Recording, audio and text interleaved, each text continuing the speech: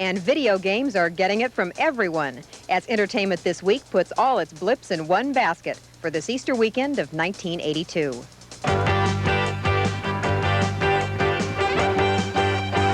Speaking of marketing, one of today's greatest marketing triumphs in the entertainment field is video games. It's a business which has tripled in size in just 3 years. Ron Hendren went out in the field to bring us this special report.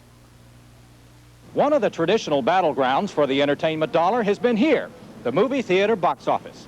Movies raked in $2.9 billion last year, a sum which sent critics into a frenzy trying to figure out which were hits based on their box office performance. But a larger issue has often been ignored, and that is that ticket sales have been relatively flat since 1972. In the important youth market, movies compete with records and tape. A visit to LA's largest record stores confirms industry figures that record and tape sales are down. Nationwide, the decline is estimated at $1 billion for 1981.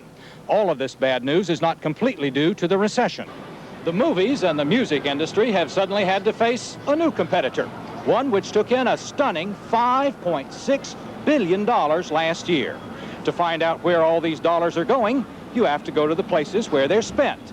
Video game arcades around the country, where, at 25 cents a crack, 22.4 billion quarters were dropped last year. I used to sit down every day, spend about $10 at a time. It took me about 5 weeks every day of playing to come into about the 300, 400,000 average.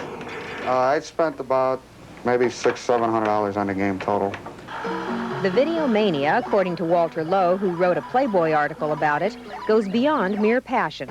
The games certainly are conducive to obsessive behavior. Someone who has a tendency toward obsession certainly is in trouble when they get into the world of video games.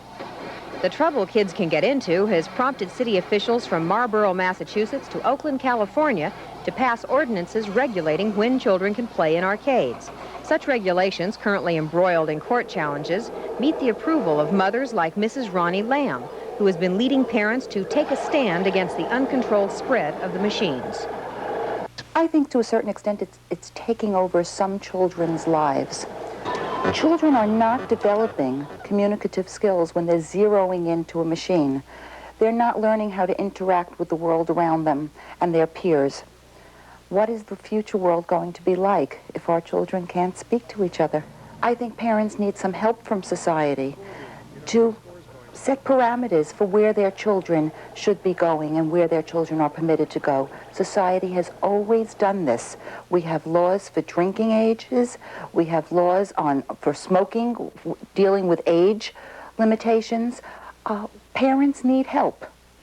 Parents are going to need all the help they can get, for the expansion of the video games industry is even being fueled by the city of Los Angeles, which is investigating putting video games into jury rooms and city parks to replace dwindling tax revenues. In these circumstances, it isn't surprising that arcade executives are bullish about a future in which they see their games reaching out to touch everyone.